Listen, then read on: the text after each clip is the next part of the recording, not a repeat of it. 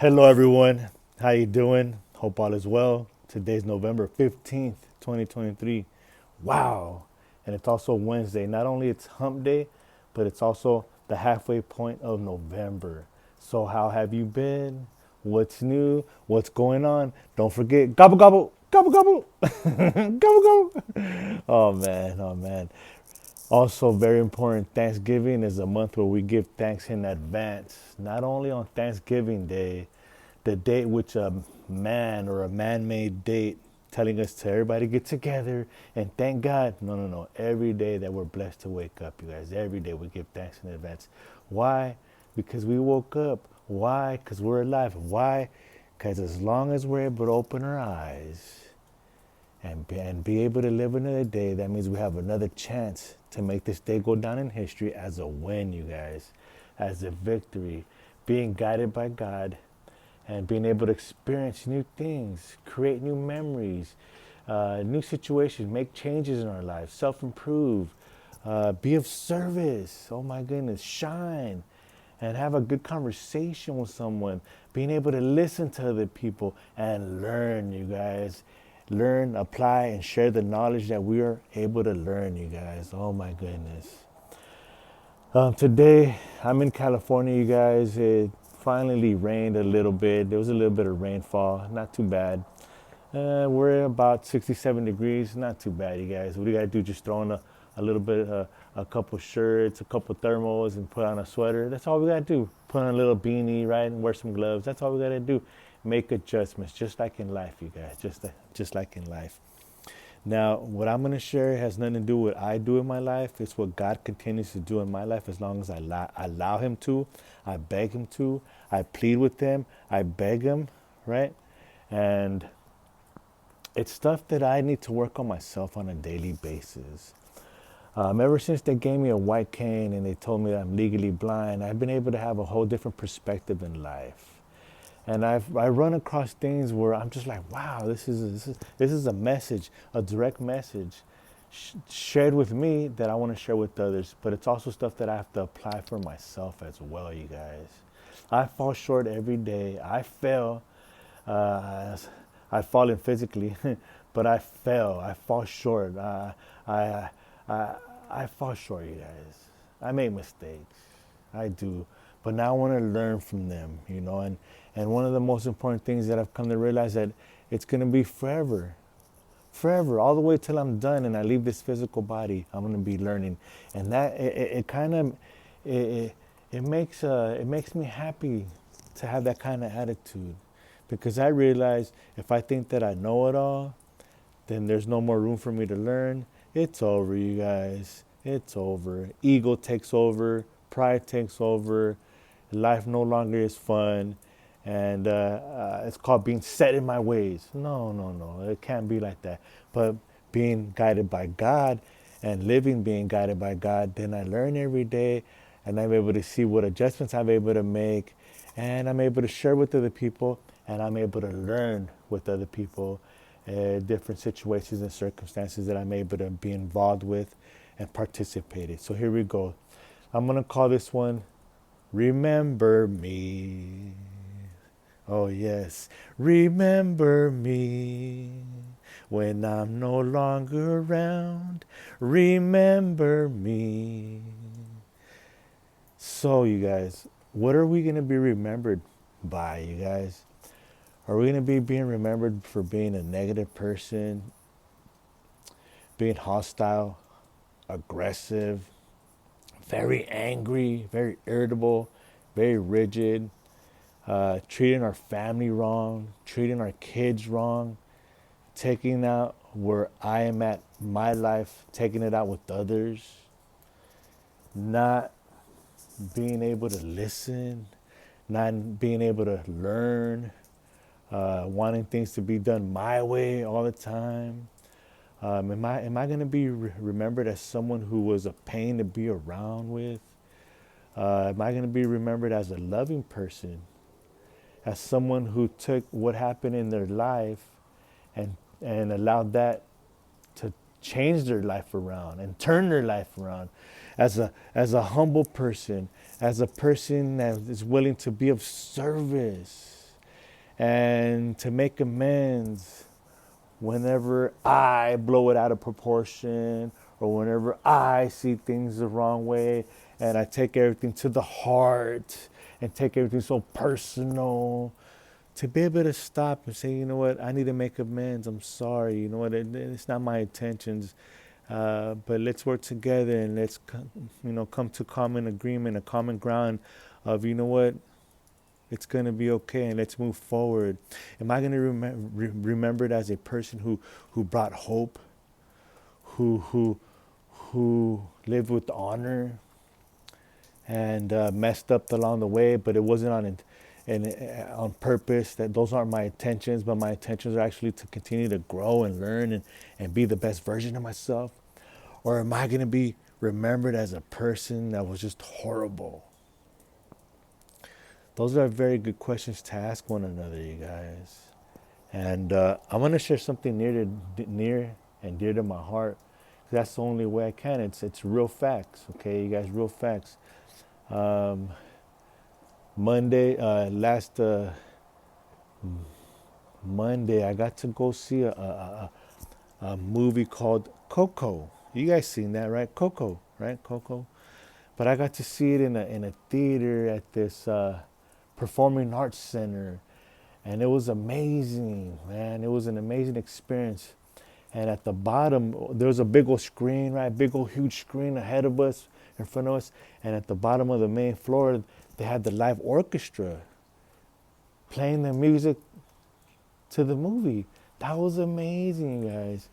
And it showed how the little boy, his dream was to be a musician and to share his music with the world, but his family was against him, especially his mom. Yeah, or especially his grandmother was against him, and their music was banned from the family, and they wanted him to be like them and to be a shoemaker and live the way they saw life, because they were sour. They were angry with whatever happened in their lives. But he kept chasing his dream all the way until he found out the truth. And the truth was that if he follows his dream, he's going to be happy, and that there's going to be people that are not going to support you. And sometimes it's family, but it's okay, because you got to follow your gift, your calling from God, right? And through the movie, he was able to sing for his great grandmother, and she was up in age, and she came back and she started singing, and the family was like, "What are you doing? No singing, no sharing love and light. Stop it." But he continued and he persisted. And the great grandmother, Coco, she sang along and she came back to life a little bit, and the last final scene was she had passed away after that, and she was up in heaven with her dad and her mom, and the other people in the family had passed away, and they were living life. And I mean, they were no longer in this realm, in this dimension, but they were now in the spiritual realm. And but they were happy and they were singing, and the little boy, he broke the chains of poverty thinking and stinking thinking. And that was amazing, guys. Then after, we got to go and stop by a little diner called Norm's.